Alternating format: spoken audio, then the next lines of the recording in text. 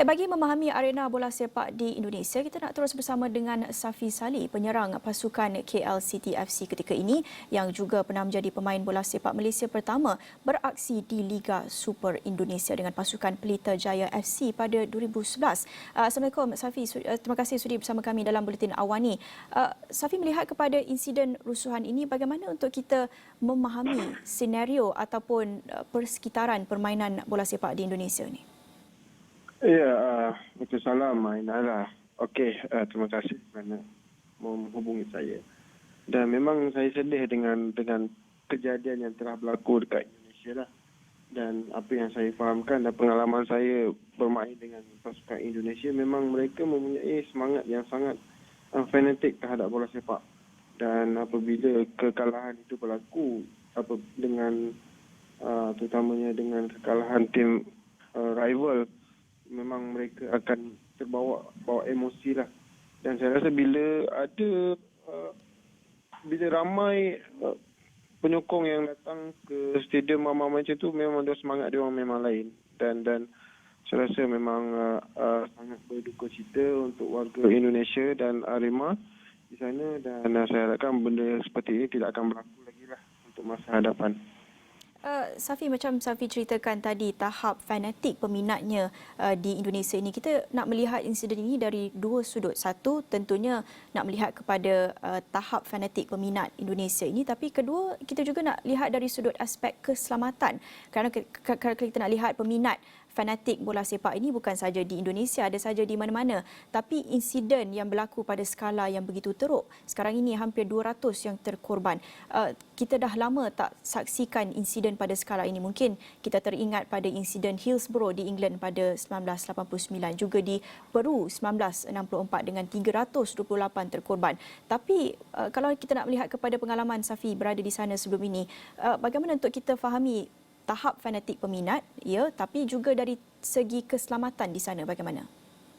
Ya, memang dari segi keselamatan, pengalaman saya, mereka memang dah jangkalah situasi buruk akan berlaku, dan memang polis akan standby di masa kejadian-kejadian yang buruk macam semalam lah. Tapi apa yang saya tahu dan pengalaman saya, mereka apabila ramai yang merusuh dan cuba untuk menyelamatkan diri masing-masing, dalam keadaan ramai-ramai itu susah untuk dikawal lah. Dan saya pun nak salahkan keselamatan pun, dan pengalaman saya memang mereka akan mengambil tanggungjawab dengan cepat lah.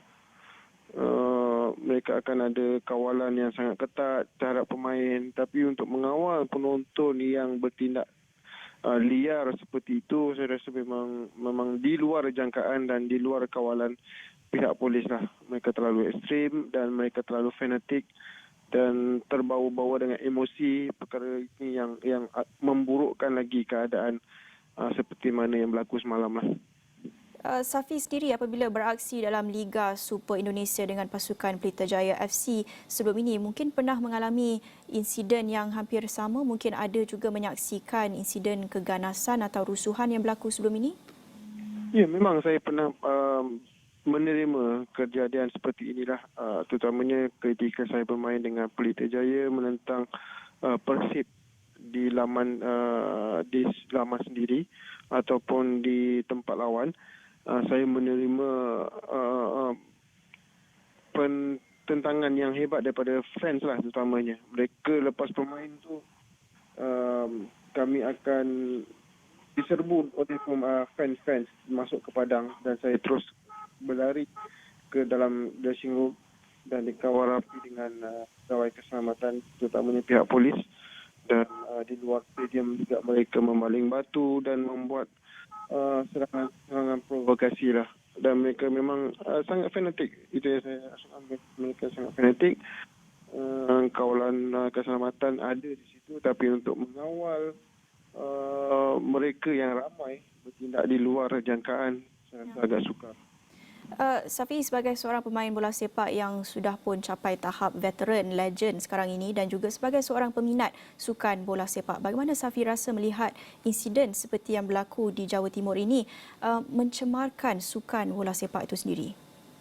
Ya, perkara ini memang akan mencemarkan nama baik terutamanya nama baik pasukan kelab tersebut, negara dan sudah pastinya akan mengecewakan seluruh keluarga arwah yang telah meninggal dunia. Dan ini saya harapkan perkara ini dapat dijauhkan dan dapat dititik beratkan dan diambil iktibar oleh pegawai keselamatan semasa pertandingan.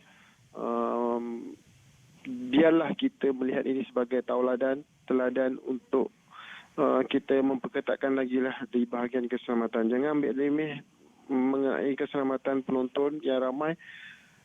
Jika kita ambil perkara ini remeh dan pastinya akan lebih memburukkan keadaan dan akan mencemarkan nama baik pasukan kita lah, terutamanya nama negara.